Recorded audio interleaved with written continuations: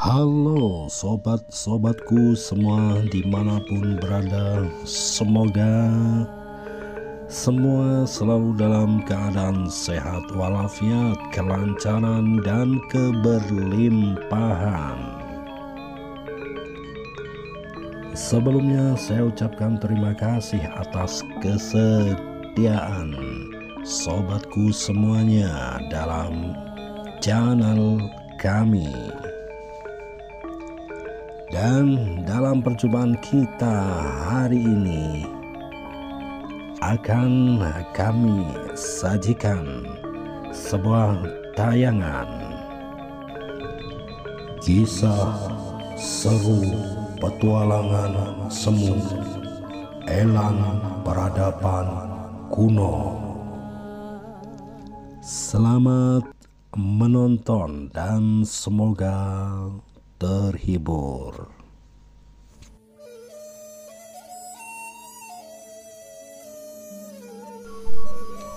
Pada suatu ketika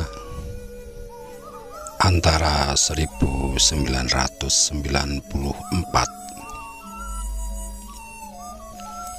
saya melakukan perjalanan spiritual menuju puncak Kawi,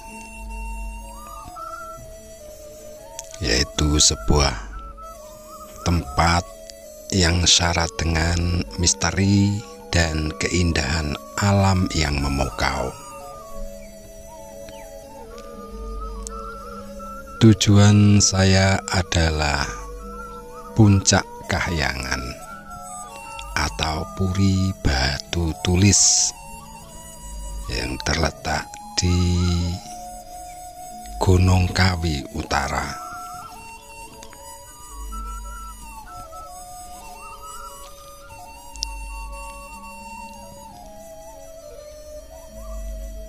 Yang konon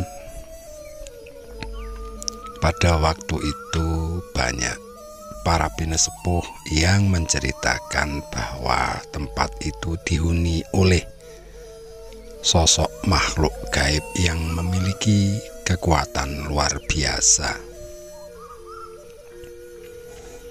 Dengan tekad yang bulat dan hati yang waspada, saya menapaki jalan setapak yang menuntun saya menuju puncak.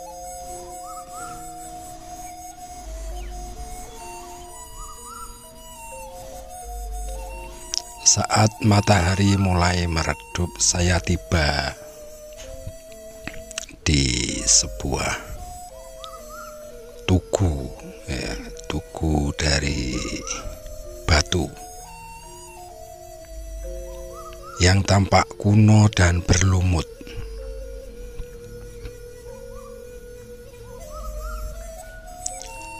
Saya melihat sekeliling dan di sana tampak sama, hanya terdapat seperti tugu-tugu, mungkin semacam cungkup makam. Terdapat banyak tanaman dan tumbuhan aneh pada waktu itu. Saya melihatnya seperti batang pohon, akarnya pohon ya setengahnya itu yang ke atas bambu dengan buah-buahnya, dan ada seperti semacam anggur, buah anggur itu tapi besar-besar. Pohon pisang juga ada, cuma kecil-kecil pisangnya kuning kecil-kecil gitu. Ada juga semacam kayak alun-alun mini, alun-alun kecil itu, dengan jalan-jalannya itu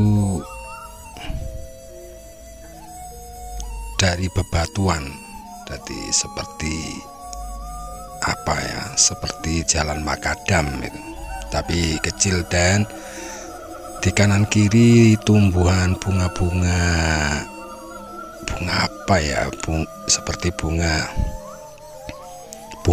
nakal kalau orang sini menamainya. Bunganya kayak pohon tapi kecil.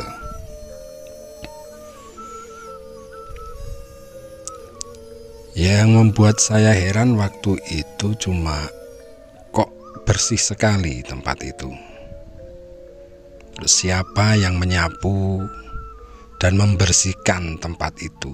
Jadi seakan terawat, padahal tidak ada satupun orang yang saya temui. Bahkan suara-suara dari adanya kehidupan tidak ada.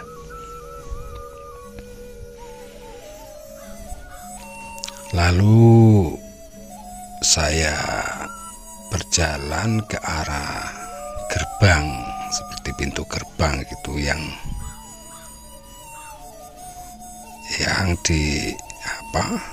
berada di tengah-tengah dua pohon besar. Saya masuk ke gerbang dan tidak jauh dari situ, sekira kurang lebih 500-an atau setengah kiloan gitu ya.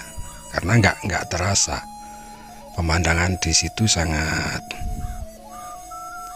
elok, sangat apik, apalagi bagi para pecinta petualangan kekunoan. Jadi sangat kerasan karena banyak batuan-batuan seperti situs gitu. Di situ ada sebuah istana ya, yang istana itu ya sama dari batu, berdirinya ya cukup megah, nggak sebegitu besar istana itu, cuman banyak ruangan-ruangan gitu, seperti taman-taman untuk pertemuan gitu aja. Kalau tempat istananya nggak sebegitu besar, tapi yang jelas berdiri megah tapi sunyi, sepi, jadi seolah menyembunyikan rahasia-rahasia yang tak terhitung lah jumlahnya, angker, wingit. Saya melangkah masuk dengan perasaan campur aduk antara rasa ingin tahu dan gelisah. Lalu di dalam istana saya bertemu dengan sosok raja dengan penampilannya yang gagah. Beliau memperkenalkan diri dengan nama Pringga Sudewa. Beliau duduk di kursi kerajaannya itu dengan berwibawa pokoknya, dan menakutkan, serem. Wibawanya itu serem, tegas tapi serem gitu. Dengan mengenakan jubah hitam,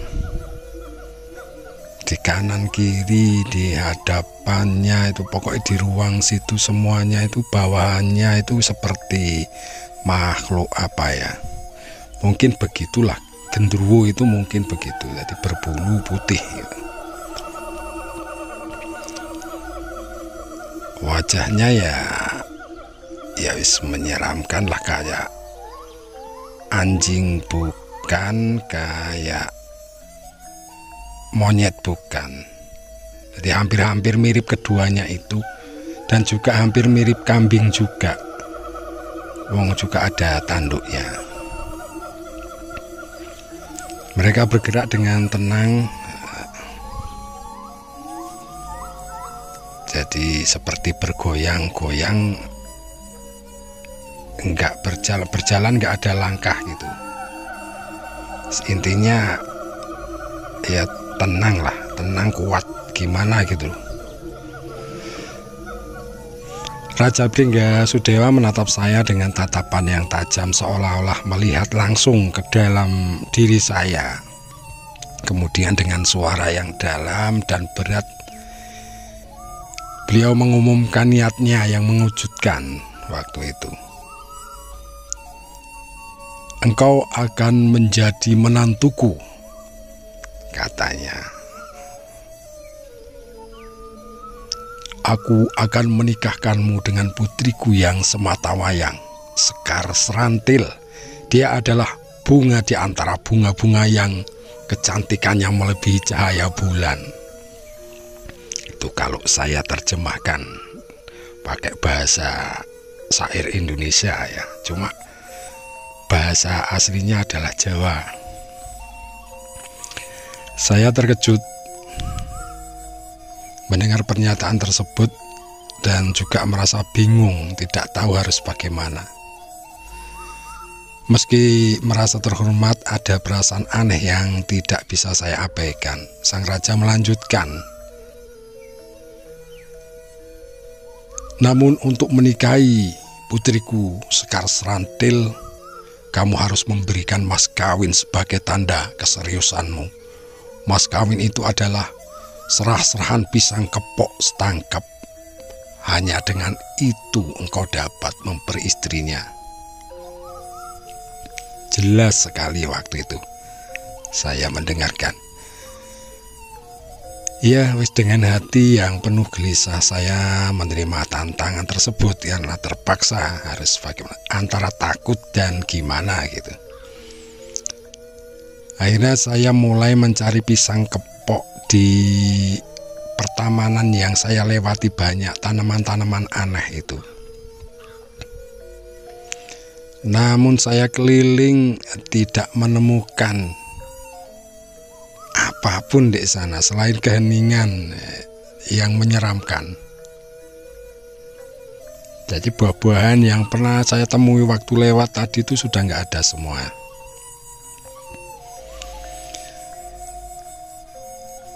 Istana itu seolah mempermainkan saya. Jadi kayak suasana di sekitar istana itu membiarkan saya tersesat lah, wis gampangannya gitu. Perasaan takut itu mulai merayap ketika saya menadari bahwa saya mungkin tidak akan pernah menemukan pisang dan mungkin juga tidak akan pernah keluar dari wilayah istana gaib ini. Di tengah putus asa saya bertemu dengan seorang kakek tua. Dia tampak sederhana, mengenakan pakaian lusuh dan membawa tas kresek berisi sajadah. Itu bisa dilihat dari kresek yang terang.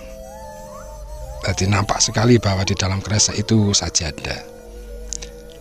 Dan saya berkenalan, kakek tersebut mengaku sebagai seorang musafir dari Jawa Tengah. Tutur bahasanya halus sekali dan suaranya berwibawa gitu. Wajahnya yang penuh kedamaian dan kebijaksanaan memberikan sedikit harapan di hati saya. "Anakku, engkau tidak seharusnya berada di sini. Tempat ini bukan untuk manusia biasa. Ayo, ikuti aku. Aku akan menolongmu keluar dari dunia ini." Si kakek itu berkata sama saya. Kaget juga saya. Loh, kok beliau ini seperti tahu gitu. Jadi tanpa ragu, intinya saya mengikuti kakek tersebut. Kami berjalan melalui lorong-lorong istana yang gelap dan mencekam itu. Namun dengan bimbingannya saya merasa lebih baik dan tenang. Ia tidak pernah berhenti melantunkan doa-doa kayak kidungan dalam bahasa Jawa kuno. Jadi membuat suasana menjadi lebih damai lah. Setelah berjalan cukup lama, kami tiba di sebuah gerbang yang berbeda dari yang saya masuki pertama kali. Lalu sang kakek itu menepuk pundak saya sembari berkata, "Inilah jalan pulangmu. jangan tolah-toleh ya. Berjalanlah lurus dan jangan pernah kembali ke tempat ini. Saya mengucapkan terima kasih yang tulus kepada kakek itu dan merasa bersyukur telah bertemu dengan seorang yang begitu bijak. Setelah melangkah keluar dari gerbang, saya merasa bagaimana ya, tubuh saya ini kayak ringan, seperti beban berat telah diangkat dari pundak saya. Saya nggak berani menoleh, sekalipun untuk sekali lagi melihat si kakek atau berpamitan atau sekedar mengangguk, karena pesan dari kakek tadi melarang saya untuk melihat ke belakang kembali. Seolah-olah saya merasakan si kakek tadi memang mungkin bagian dari alam gaib yang sama, karena rasa itu kuat sekali. Tapi saya lanjutkan perjalanan menyusuri jalan yang perlahan itu berubah menjadi lebih akrab.